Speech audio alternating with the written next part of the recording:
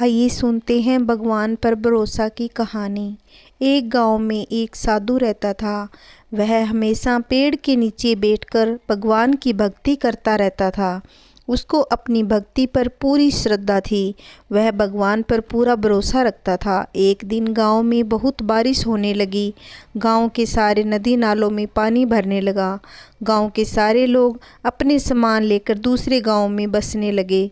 गांव के लोगों ने जाते जाते साधु से भी कहा कि महाराज, आप भी हमारे साथ दूसरे गांव में चलिए, क्योंकि यहाँ पर रहना खतरों से कम नहीं। साधु ने कहा कि मुझे भगवान पर पूरा भरोसा है और मुझे मेरे भगवान बचाने के लिए ज़रूर आएंगे। साधु ने ऐसा बोलकर गांव वालों के साथ दूसरे गांव में जाने के लिए मना कर दिया। सभी गांव वाले चले गए। कुछ देर के बाद बारिश बहुत ज़्यादा होने लगी और पानी साधु के घुटने तक आ गया। उसी वक्त एक गाड़ी वाला वहां से गुजर रहा था और उसने इस हालात को देखकर और साधु से कहा कि आप मेरे साथ चलिए, मैं आपको इस गांव से बाहर ले जाता हूं। साधु ने कहा कि आप जाइए, मुझे मेरे भगवान पर छोड़ दीजिए, मुझे मेरा भगवान ज़रूर बचाने आएंगे। वो गाड़ी वाला भी वहां से चला गया।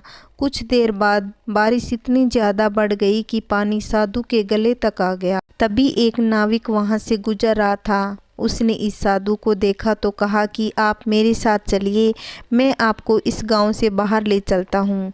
साधु ने उस नाविक से कहा कि आप जाइए, मुझे मेरे भगवान बचाने के लिए ज़रूर आएंगे। वो नाविक भी वहाँ से चला गया। बारिश बहुत तेज़ी से हो रही थी और पानी बढ़ता ही जा रहा था, इसलिए साधु अब उस पेड़ के ऊपर बैठ गया और भगवान की भक्ति करने लगा। कुछ देर के बाद वहाँ से बचाव कर्मी हेलीकॉप्टर लेकर गुजर रहे थे। उन्होंने इस साधु को देखा। उन्होंने साधु से कहा कि आप हमारे साथ चलिए, हम आपको बचाते हैं।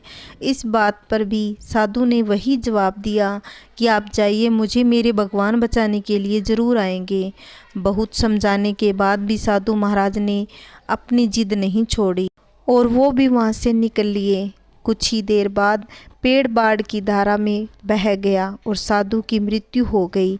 मरने के बाद साधु महाराज स्वर्ग पहुँचे और भगवान से जाकर पूछा, मैंने सारी जिंदगी आपकी भक्ति की, पूजा की और आप पर पूरा भरोसा रखा, फिर भी आप मुझे बचाने क्यों नहीं आए? भगवान ने कहा कि मैं एक बार नहीं 3 बार बचाने के लिए आया था।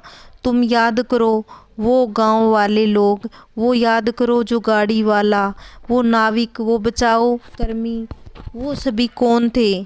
वो सभी मेरे भेजे हुए दूत थे, पर तुमने मुझे सही अवसर पर नहीं पहचाना और उसी वजह से तुम्हारी मृत्यु हो गई। साधु महाराज ने ऐसा सुना तो उन्हें बहुत अफसोस हुआ और भगवान से माफ़ी मांगी। जय श्री कृष्णा, राधे राधे। मेरी कहानी आपको कैसी लगी कमेंट करके बताइए, लाइक करना और सब्सक्राइब ज़रूर करना।